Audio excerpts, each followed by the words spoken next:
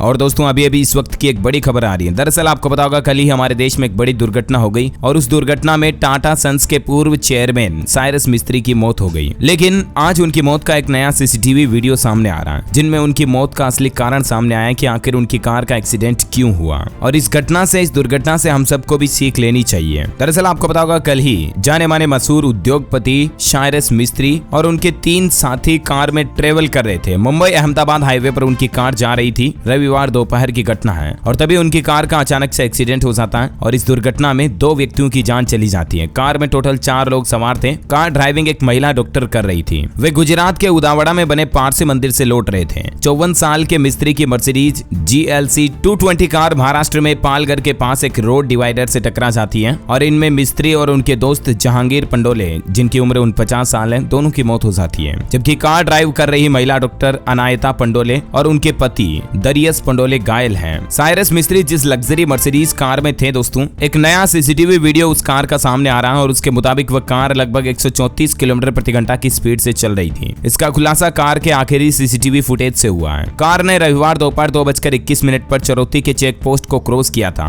और यहाँ से हादसे की जगह 20 किलोमीटर की दूरी है। मर्सिडीज कार ने ये दूरी महज 9 मिनट में तय की थी। इसके अलावा एक और दूसरा सबसे बड़ा कारण सामने आ रहा है कि सीट बेल्ट भी नहीं पहने थे साइरस और जहांगीर। पुलिस ने बताया कि तेज रफ्तार और ओवरटेकिंग के समय जजमेंट में हुई गलती की वजह से कार रोड डिवाइडर से टकराई। एक्सीडेंट में जान गंवाने वाले मिस्त्री और जहांगीर दोनों ने सीट बेल्ट नहीं लगाया था। वहीं डिवाइडर से टकराने के बाद कार के अगले एयरबैग तो खुल गए लेकिन पीछे वाले एयरबैग सही समय पर नहीं खुले। रविवार को एक चश्मदीद गवाह ने यह भी कहा कि कार बेहद तेज स्पीड में थी और दूसरी गाड़ी को रॉन्ग साइड से ओवरटेक करते समय डिवाइडर से टकराई। जहां तक बात आती है साइरस की मौत की वजह तो मल्टी ट्रॉमा बताई जा रही है। पोस्टमार्टम रिपोर्ट के मुताबिक एक्सीडेंट में साइरस मिस्त्री के शरीर के अंदरूनी अंगों में जबरदस्त चोट पहुंची हुई है। मेडिकल टर्म में इसे पॉलीट्रामा कहते हैं और इसी वजह से साइरस मिस्त्री की मौके पर ही मौत हो गई। मुंबई के JJ हॉस्पिटल में रविवार देर रात को साइरस और जहांगीर का पोस्टमार्टम हुआ था जबकि वो दोनों ही कार की पिछली सीट पर बैठे थे। साइरस और जहांगीर आगे की सीट पर डॉक्टर अनायता पंडोले और उनके पति हस्बैंड बैठे थे लेकिन आगे वाले दोनों सुरक्षित बच जाते हैं और पिछले वाले दोनों की मौत हो जाती है। देखिए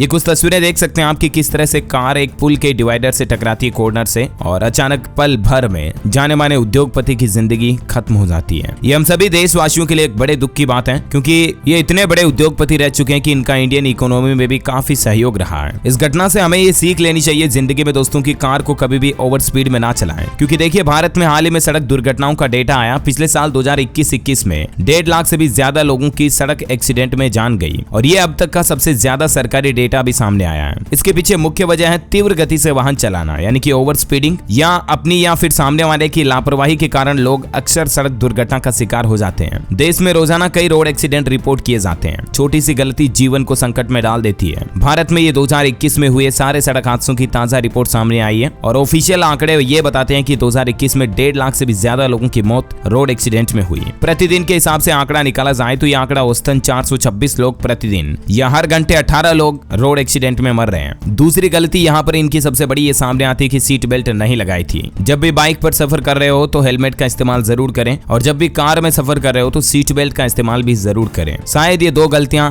इन्होंने आज नहीं की होती तो आज साइरस मिस्त्री और इनके साथी हमारे बीच मौजूद होते हैं। खैर अब यही तर्क दिया जा सकता है कि होनी को कौन टाल सकता है। हमारी यही प्रार्थना है कि ईश्वर इनकी आत्मा को शांति प्रदान करे और इनके परिवार वालों को इस मुश्किल घड़ी में इन हालातों में खड़ा रहने की लड़ने की शक्ति दे। ओम शांति।